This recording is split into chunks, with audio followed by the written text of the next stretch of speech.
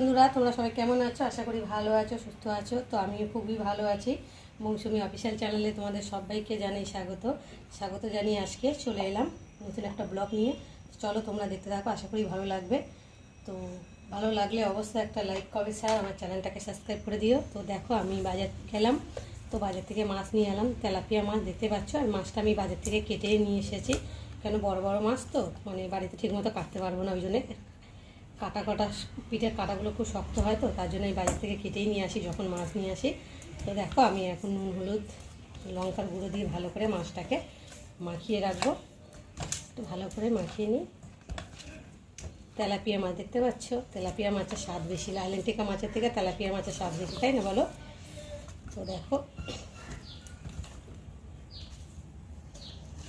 ভাবছিলাম আজকে রবিবার বাজার, তো একটু মাংস নেব।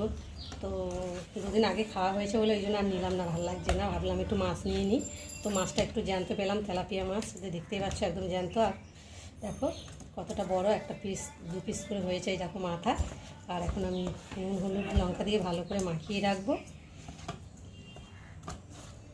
দেখো মাখানো হয়ে গেছে। আর এনেছি এই যে লোটে মাছ, তো লোটে মাছের একটু ঝাল করব। তো লোটে মাছটাকে ভালো করে একটু নুন, হলুদ, লঙ্কা মাখিয়ে রাখবো। আর লোটে মাছ থেকে তো জলই ছাড়ে, তোমরা জানো, ওই জন্য এই মশলা টশলা দিয়ে মাখালাম না, মশলাটা পরে করবো। তো দেখা গেল লোটে মাছটাকে ভালো করে নুন, হলুদ মাখিয়ে রেখে দিলাম। ভালো করে ধুয়ে ছেঁকে নিয়েছি, দেখতে পাচ্ছি একটু জল নেই। তো ঢাকা দিয়ে রাখলে কিছুক্ষণের মধ্যেই জলটা বেরোবে, তাই না বলো বন্ধুরা? তো দেখো লোটে মাছটা ভালোই পেয়েছি, তো অল্প করে নিলাম, বেশি নিইনি, 500 মতো নিয়েছি।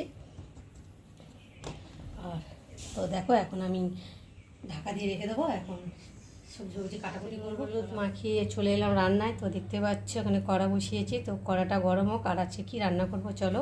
তো দেখো তেলাপিয়া মাছের সাথে আলু আর কচু দিয়ে তরকারি করবে, গাটি কচু। আর এখানে পুঁই শাক, আলু আছে, তো লোটে মাছ দিয়ে তরকারি করব, চচ্চড়ি হবে। আর এখানটা দেখো মশলা করে নিয়েছি, আদা বাটা, জিরে বাটা, রসুন বাটা। তো আমরা সব কিছুই বাটা খাই, তো দেখতে পাচ্ছ প্রতিদিনই আমরা বেটে খাই। তো বেটে খেলে পেটের সমস্যা হয় না, আর এমনি গুঁড়ো কিনা খেলে তো পেটের সমস্যা হয়, তার জন্যে আমি সবসময় মশলা বেটে খাই। মশলা বেটে খেলে তরকারির স্বাদও হয় খুব ভালো। তো দেখো আর ধনে পাতা ভালো করে ধুয়ে এনে রেখেছি, এখন কুচাইনি। পেঁয়াজ একটা কুচিয়ে নিয়েছি, আর কড়াটা এখন গরম হচ্ছে। তো এখন আমি তেল দিয়ে দেবো কড়ার মধ্যে, তেল দিয়ে ভালো করে মাছটা ভেজে নেব।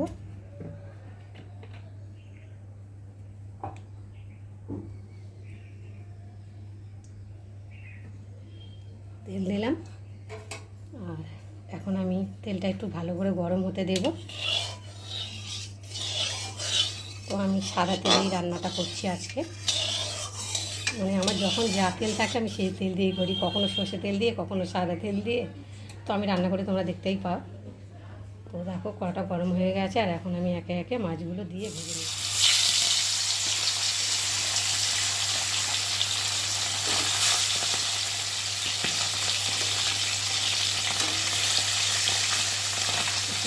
মাছগুলো ভালো করে ভেজে নিই। ভাজি দিয়েছি, তো 1 পিঠ করে ভাজা হয়ে গেছে, আর এখন আমি একে একে উল্টিয়ে দেবো।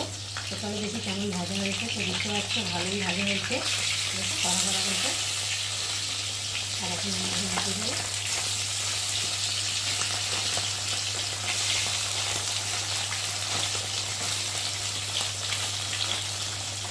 চলো আর কি ভাজা হয়ে গেছে, আর আমি এখন একে একে তুলে নেব।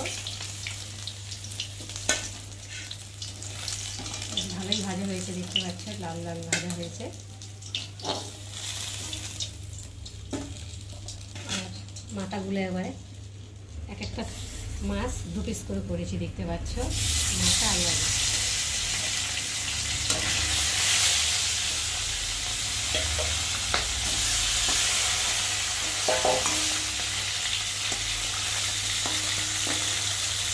ভাজাগুলো ভেজে নিয়েছি, আর এখন মাথাগুলো ভাজছি। ভাজা হয়েছে, আর একটা উল্টে দিয়েছি, আর এখন দুটিতেই ভালোভাবে ভাজা হয়ে গেছে। আর এখন আমি একে একে আবার তুলে নেবো মাছগুলো।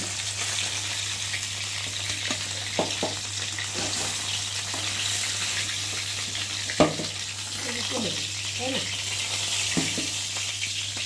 তো দেখো ভালোভাবে ভেজে নিয়েছি, আর এখন কড়াতে তেল আছে, আর একটু তবু অল্প করে তেল দেবো। মাছের ঝোল বসাবার জন্যে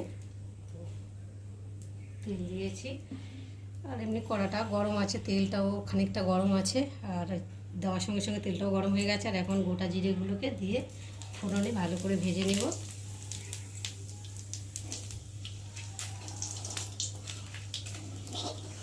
পেঁয়াজটা ফোড়নে দেবো না, পেঁয়াজটা বেটে নিয়েছি, তার জন্য ফোড়নে শুধু গোটা জিরে দিলাম।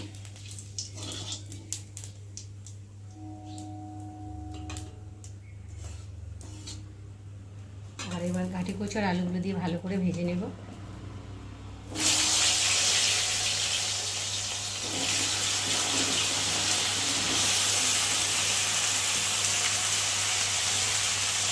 একটু ভালো করে নেড়ে দেবো।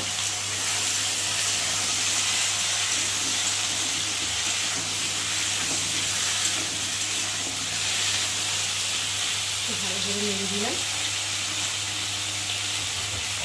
দিয়ে আর এখন একটু ঢাকা দিয়ে ভালোভাবে ভাজা হয়ে গেছে, দেখতে পাচ্ছ। ফোড়নের সাথে ভালো করে ভেজে নিয়েছি। আর এখন এর মধ্যে দেবো পরিমাণ মতো নুন, দেবো হলুদ গুঁড়ো, আর দেবো লঙ্কার গুঁড়ো, আর দেবো কটা কাঁচা লঙ্কা চেরা, আর দেবো আদা বাটা, জিরে বাটা আর পেঁয়াজ বাটা দিয়ে ভালো করে কষিয়ে নেব।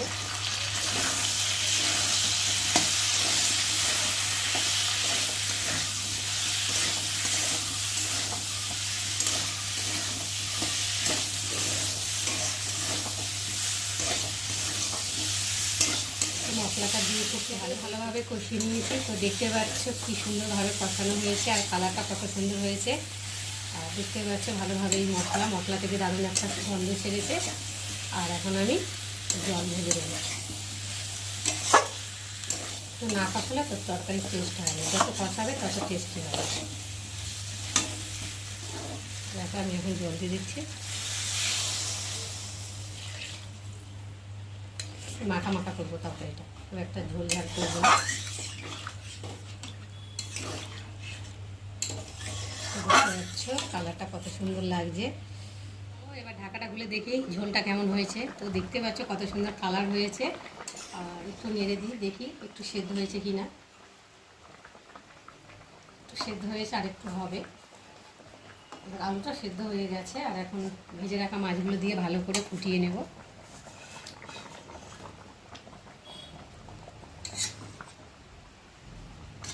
মাছগুলো খুঁটি দিয়ে একটু ঝোলের মধ্যে মিশিয়ে দিই।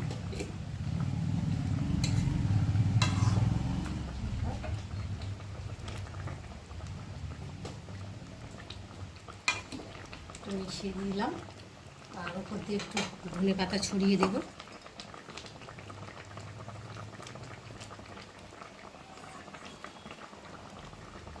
দিয়ে আরেকটু ঢাকা করে চলে এলাম। ঢাকা খুলতে দেখি মাছের কি অবস্থা হয়েছে। তো দেখতে পাচ্ছ বেশ সুন্দর লাগছে তরকারিটা, আর ঝোলটা অনেকটাই শুকিয়ে গেছে। দেখো মাখা মাখা মতো হয়েছে, দেখতেও ভালো লাগছে। তোমাদের কাদের এই কচু আলু দিয়ে মাছের রেসিপি খেতে ভালো লাগে আমাকে অবশ্যই কমেন্ট করবে। আমার তো ভীষণ ভালো লাগে। তো তোমাদের কাদের ভালো লাগে তো জানাবে। তো ভালো লাগলে, তো আমার এই রেসিপিটা ভালো লাগলে অবশ্যই লাইক কমেন্ট শেয়ার করো। আর আমার চ্যানেলে যদি নতুন হয়ে থাকো তো চ্যানেলটাকে সাবস্ক্রাইব করে দিও। তো চলো, তরকারি হয়ে গেছে, আর এখন আমি বাটি করে ঢেলে নেব।